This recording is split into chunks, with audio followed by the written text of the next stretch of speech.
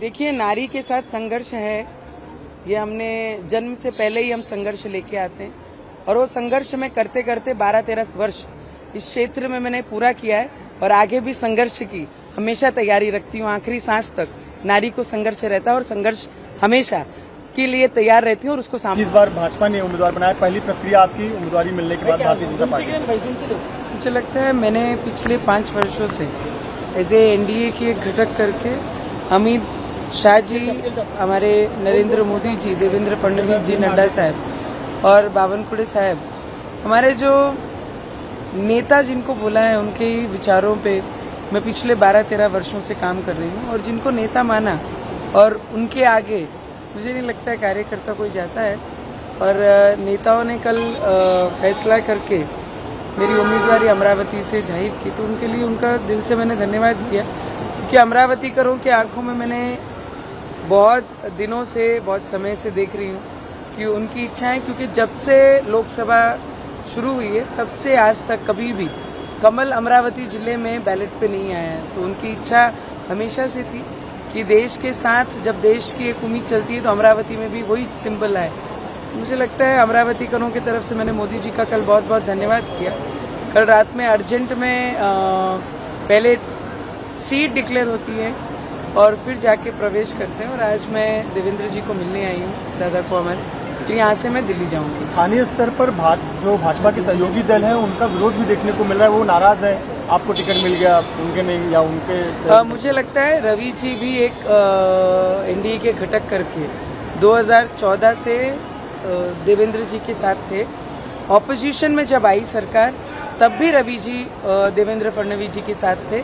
तो हम ऐसे घटक हैं कि समय आया तो साथ रहो और समय खराब है तो छोड़ दो, ऐसे घटकों में से हम नहीं हैं। पर फिर भी मैंने सभी को विनती की, क्योंकि सभी हमसे बहुत ज्यादा सीनियर है, तो मैंने एक उम्मीदवार करके और एक बहुत जूनियर उम्मीदवार करके मैंने सभी को हाथ जोड़ के विनती भी की कि मोदी जी के जो सपना है देश में अब की बार 400 पार और 400 में एक अमरावती हो, इसके लिए जितने भी एनडीए के घटक है वो मोदी जी के सपने के लिए और अमरावती के विकास के लिए सब एकजुट होकर एक मंच पे आकर एक साथ काम करें। अमरावती में 2 नारे गूंज रहे हैं, एक ये गूंज रहा है कि एक बार दिल से नवनीत राणा फिर से, और दूसरा भी नारा ये भी गूंज रहा है कि मोदी तुझसे बैर नहीं, नवनीत राणा की खैर नहीं। मुझे लगता है एक सुनामी चल रही थी, उसके बीच मुझे आशीर्वाद दिया गया अमरावती में और आज एक सिंबल के साथ अमरावती में उतरूंगी। तो मुझे लगता है ये मैं अमरावती करों की ही इच्छा थी जो मेरे रूप में अमरावती में आई है।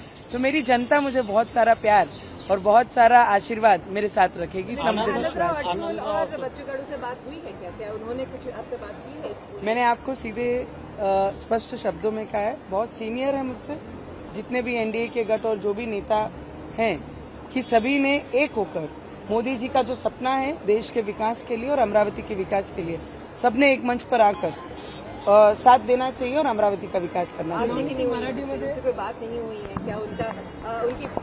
उनकी जो भावना है उनसे आप जैसे सुने हैं वैसे ही मैं भी सुन रही हूँ मीडिया के माध्यम से, पर हमारी कोशिश जरूर रहेगी कि हम सब साथ में आकर मंच पे मोदी जी के सपने के लिए और इस बार 400 पार के लिए काम करें। तो एनडीए के उम्मीदवार के लिए बहुत मुश्किल होने वाला है, टफ होने वाला है, आप उधर रही एक बार, कितना कॉन्फिडेंस है, कितना वोटों से जीतेंगे?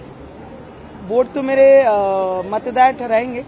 मैंने काम किया है, मैं काम लेके मेरे लोगों के बीच में जाऊंगी और एक बहू के नाते भी और कंटिन्यू क्षेत्र में लोगों की सेवा की है मैंने, तो लोगों का आशीर्वाद और प्रेम मेरे साथ हमेशा रहेगा, इतना मुझे कॉन्फिडेंस है। एक मामला आपका कास्ट सर्टिफिकेट का कोर्ट में लंबित है और हो सकता है सुप्रीम कोर्ट में फैसला भी आए, क्या वो सेटबैक हो सकता है आपके लिए? उसके लिए आप तैयार हैं? क्या कुछ होगा? देखिए, नारी के साथ संघर्ष है, ये हमने जन्म से पहले ही हम संघर्ष लेके आते हैं और वो संघर्ष में करते करते 12-13 वर्ष इस क्षेत्र में मैंने पूरा किया है और आगे भी संघर्ष की हमेशा तैयारी रखती हूँ। आखिरी सांस तक नारी को संघर्ष रहता है और संघर्ष हमेशा के लिए तैयार रहती हूँ और उसको सामना करते रहती हूँ। मराठीमध्ये तुम्ही आज उपमुख्यमंत्री देवेंद्र फडणवीस यांची भेट घेताय, उमेदवारी जाहीर झालेली, काय सांगा? मला वाटते देवेंद्र फडणवीस जी आमचे आदरणीय आमचे नेते आहे आणि नेहमी त्यांनी 2019 असो त्याचे आधी रवीजी त्यांच्यासोबत 2014 पासून एक घटक म्हणून त्यांच्यासोबत काम केलेलं आहे आणि असं नाही आहे की जेव्हा ऑपोजिशनमध्ये होते तर रवीजी आणि आम्ही सोडून त्यांना बाहेर पडलो नाही.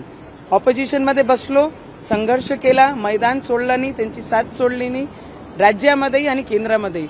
तर मला वाटते की दादांनी जे ठरवलं आमचे त्याप्रमाणे आम्ही काम करत आणि आज त्यांची भेटी घ्यायला आणि आशीर्वाद घ्यायला मी मुंबई आली आणि इथून मी दिल्ली जाणार आहे. आमदार बच्चू कडू आणि आनंदराव अडसुले यांनी नाराजगी व्यक्त केली आहे. मला वाटते की वेळ जसं जसं निघन तसं तसं आपल्याला सगळी गोष्टी पाहायला लागते. आणि मला एवढा विश्वास आहे की मोदीजींचं ज्यांना स्वप्न पूर्ण करायचं आहे आणि देशाचा विकास करायचा आणि अमरावतीचा विकास करायचा आहे ते नक्की मंचवर येतील, मतभेद सोडून सगळ्यांना एकमेकाला साथ देतील.